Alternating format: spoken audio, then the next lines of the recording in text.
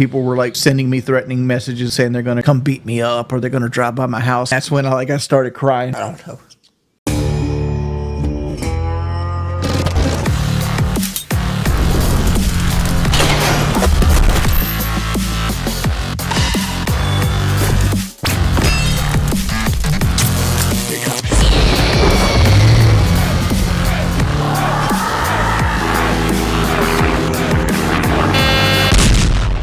Say my name. Breaking Banquet. You're goddamn right. There's a new gangster grandma game called Schedule 1. Okay. Have you ever wanted to talk about firearms and video games or in general on a channel with the audience? But like, since I've had so much trouble with like people messing with my personal life, I got rid of the vast majority of my gun collection. And like, I recently purchased more, but it was just for self-protection because like people were like sending me threatening messages like saying they're going to like come beat me up or they're going to drive by my house and like shoot it up and stuff like that. And I like, it got to the point where like I didn't want to be caught lacking if any of it had validity. But like, I don't know. I don't think with my reputation or anything like that, especially after recent incidents, that I should be centralized with that. And not to mention YouTube kind of like frowns upon anything to do with like firearms that aren't in a video game. Like I try to get my wife into games too. And like my wife, she struggles with the dual stick, and it's like, I don't know. Like people say people say that like I talk down to her and stuff, and I don't mean to. It's just like one of those things. It's like, oh, come on. Like it's hard to wrap my head around not being able to like use two sticks, but everybody was there at some point. And my point was so far away, I forgot what it's like to learn it. That makes sense? Yeah, same here with me. Because it's one of those things that it's not something that's intuitive. It's not something you can pick up and like, oh, this is how you do it. I got to use both at the same time. You got to teach your brain to do it till it becomes like almost like muscle memory.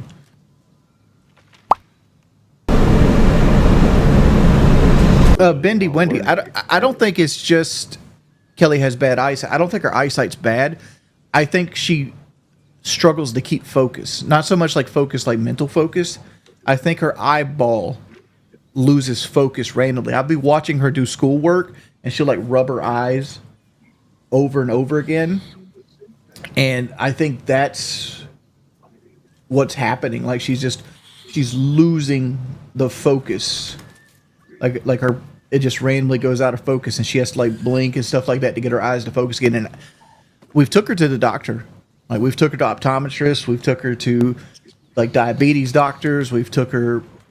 I've personally spent probably $1,200 trying to figure in just copays, trying to figure out why her eye loses focus, and everybody goes like, "Oh, it's just dry eyes. It's just dry eyes. Here, use eye drops." That's all they ever tell us. So it's like they've told her to lose weight. She's lost weight. It hasn't fixed itself. She's told her it's a diabetes thing. She's no longer a diabetic from losing all the weight. And could she maybe have glaucoma? I don't know. I don't know what glaucoma is, honestly. I don't like I said,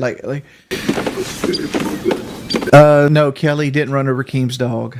I feel sorry for anybody that has to have a fur baby go across the Rainbow Bridge.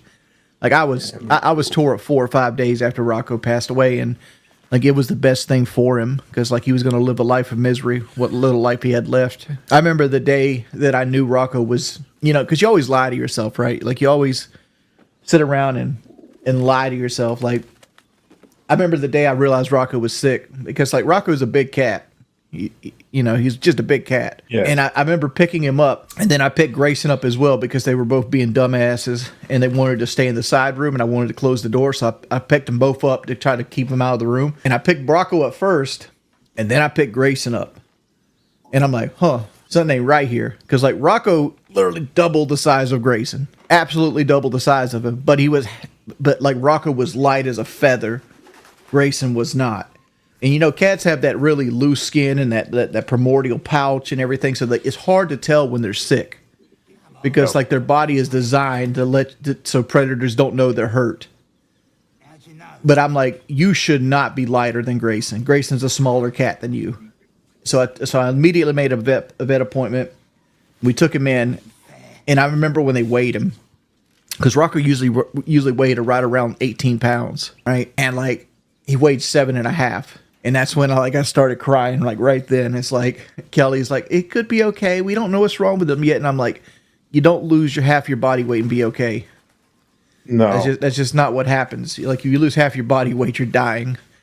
And little we know his kidneys were failing. And like they gave us this choice of like, we can rehydrate him, we can do this, and this, but he has to come back every week. He might live 6 months. And like the other thing was euthanasia. And we decided, like, instead of forcing him, because he wasn't eating at that point, he would just hide and try to get out the house. And like I don't know if you guys remember, there was a period where Rocco got out the house and we lost him for like a week, and he was like underneath like the house in the lot next to me, my next lot, and I ended up finding him. And I brought him back in, and literally he just kept getting out the house. And what he was trying to do is he was trying to go hide somewhere and die. And it's like, oh. So I remember we stopped by the store and got him a thing of milk and like put it in a little dish in the back seat. Yeah. I don't know.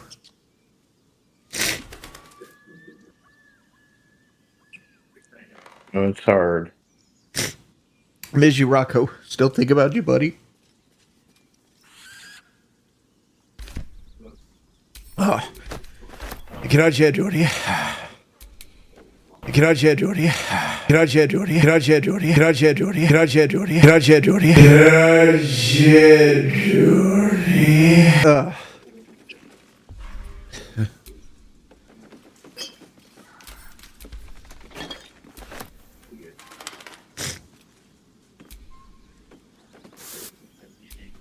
Hey, Steven. Thank you for the 5 gifted members. Thank you so much. All right. Yeah. Yeah, but like it sucks so much. But there's some people on the Reddit. It's just like trying to push blame. Like blame matters. Like it's an outcome nobody wants. And like you just look bad.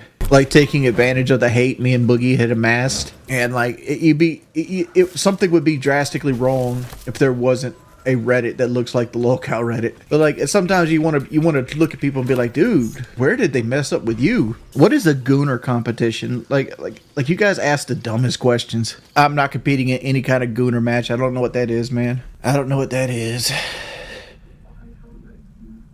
Would I trade Kelly to bring Rocco back? No.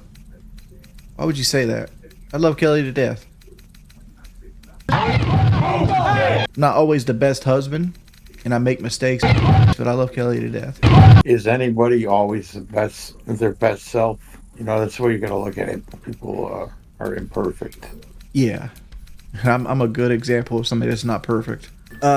Eat pizza. The problem is, like, what you're getting is a biased source, and you're considering it the truth. You never see a person cry on stream as much as me? Well, I'm emotional. I'm a creature that lives You're and not a dies. robot, you know, you show your human side. Which sucks, because I was so Very tender-hearted as a kid. My grandfather used to scold me for it. It was like my grandfather was like that man's man, you know? Like, I was never that person. I remember one time he scolded me because, like, there was this movie called Homeward Bound, The Incredible Journey.